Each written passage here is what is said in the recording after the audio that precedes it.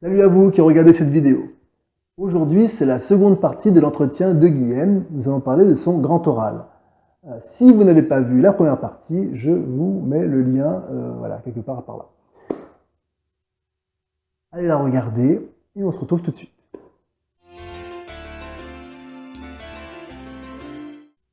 Alors, Guillaume, dites-moi, quels ont été les deux sujets que vous avez choisis pour votre grand oral? Alors moi j'ai choisi un sujet de physique et SVT, un sujet transversal.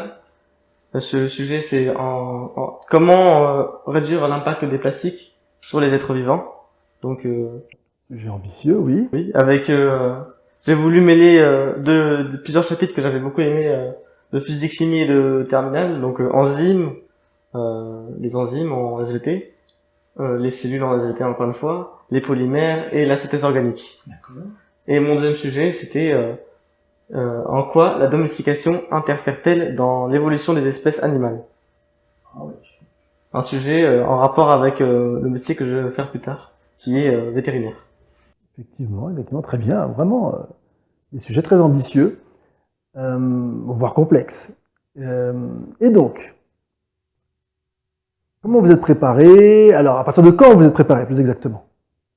Alors, dès qu'on a terminé notre bac de spécialité, nos professeurs nous ont directement nous ont informé que c'était vraiment important de commencer dès maintenant. Premièrement, à choisir le sujet. Choisir les sujets, oui. Donc les bons sujets bien sûr. Et j'ai commencé à travailler dès cette période-là. D'accord. Alors, vous avez commencé vos recherches. Où est-ce que vous avez fait vos recherches?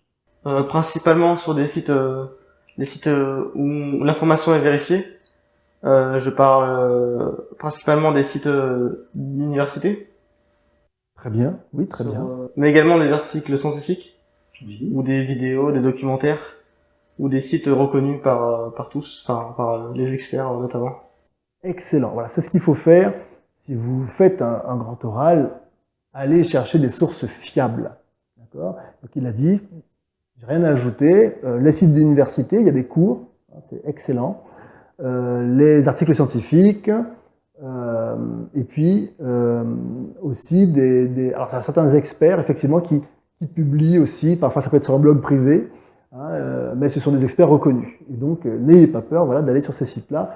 Évitez évidemment Wikipédia. Je suis désolé, Wikipédia c'est pas une source fiable. La plupart du temps, il y a des approximations, alors au mieux des approximations, au pire des erreurs sur Wikipédia. Donc choisissez plutôt des sources fiables, vérifiées, effectuées par des professionnels. Alors, donc maintenant le jour J. Racontez-nous comment ça se passe le jour J. Alors le jour J, premièrement j'étais déjà assez confiant parce que je m'étais vraiment beaucoup entraîné, avec vous notamment. Oui aussi. Et avec des amis. On a passé mutuellement. Oui, vous êtes écoutés mutuellement, oui, très bien. Et on a dit ce qui manquait à notre oral, par exemple. D'accord. Donc je me suis levé tôt. Il faut savoir que le rendez-vous était à 9h. D'accord. Donc je suis venu 30 minutes en avance. Oui, vaut mieux. Donc à 8h30. Alors quand je suis arrivé, on avait des affiches pour voir où était justement, dans quelle salle on passait, avec qui et quand, dans l'ordre de passage. Donc là, à partir de ce moment-là, je suis rentré dans le lycée, j'ai attendu, notamment avec plusieurs amis, on a discuté, notamment pour se rassurer. Et à un certain moment, étant donné que l'ordre de passage était, étant donné qu'on connaissait l'ordre de passage, j'ai pu estimer à quelle heure je passais. Donc oui, bien sûr. Donc dès que le moment arrivé, je me suis présenté vraiment devant la salle. On m'a appelé. Donc les 20 minutes de préparation sont passées. J'ai mis à profit pour me déstresser notamment. Oui. Pas trop pour écrire sur la feuille parce que je pense pas qu'on puisse leur montrer la feuille. Je pense pas que la feuille puisse avoir un réel intérêt. Donc dès qu'on m'a appelé pour pouvoir repasser, je suis passé devant le jury, je me suis présenté, on m'a dit de de m'exprimer sur le sujet, et c'est ce que j'ai fait. Ensuite, on sont passés les 10 minutes de questions. Alors, il faut savoir que pendant ces 10 minutes de questions, il y a 2 questions où j'ai eu un problème. Ah. Parce que la manière dont, en fait, la question en elle-même, je pensais pas à ce qu'il la pose. Et Oui. Question piège, quoi. Oui, En gros, voilà, exactement. une question piège. Ouais, ça arrive, oui, ça peut arriver. Ça dépend des examinateurs, ça dépend du jury plutôt.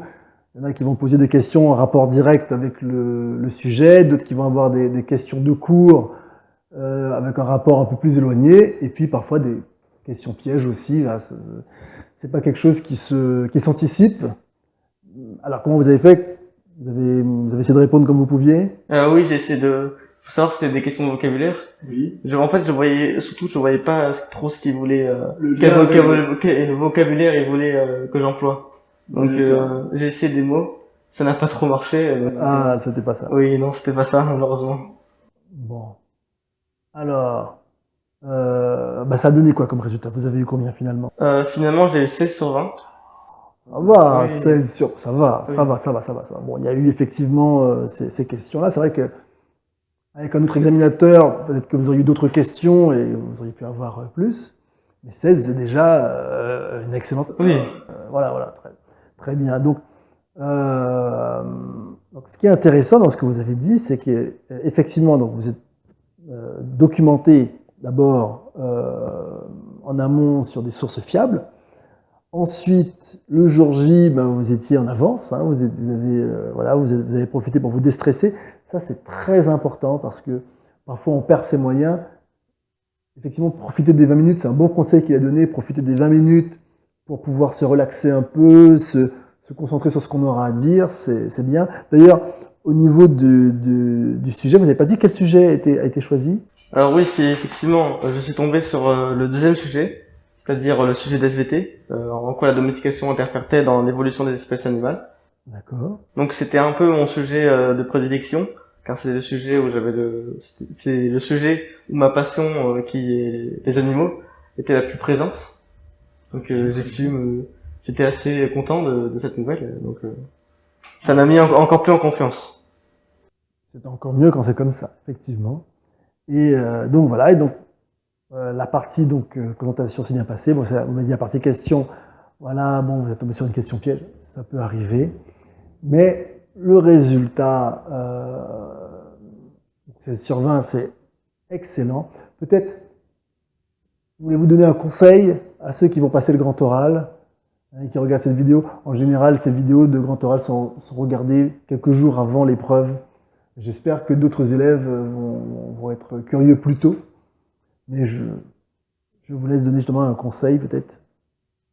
Peut-être vraiment pas trop travailler votre sujet, parce que si vous travaillez trop, je pense que si vous travaillez trop votre sujet, ça va se sentir et ça va un peu retirer du naturel de vos propos.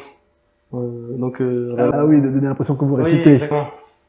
Donc voilà, c'est le conseil que je pourrais donner. Ou alors c'est pas trop travailler, à ce moment-là, c'est s'entraîner à avoir l'air naturel. Voilà, moi je dirais ça plutôt. S'entraîner à avoir l'air naturel, pas donner l'impression effectivement qu'on récite un texte. Oui, c'est un bon conseil, hein, c'est un bon conseil, avoir l'air naturel le jour J. Tout à fait, tout à fait.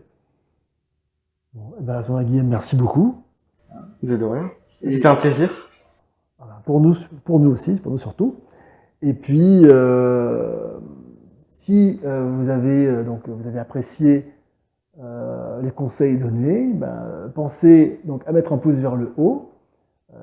Pensez aussi à vous abonner donc pour regarder éventuellement pour avoir les notifications des prochaines vidéos qui vont sortir. Et puis surtout, partagez la vidéo si vous pensez qu'elle peut être utile à quelqu'un d'autre.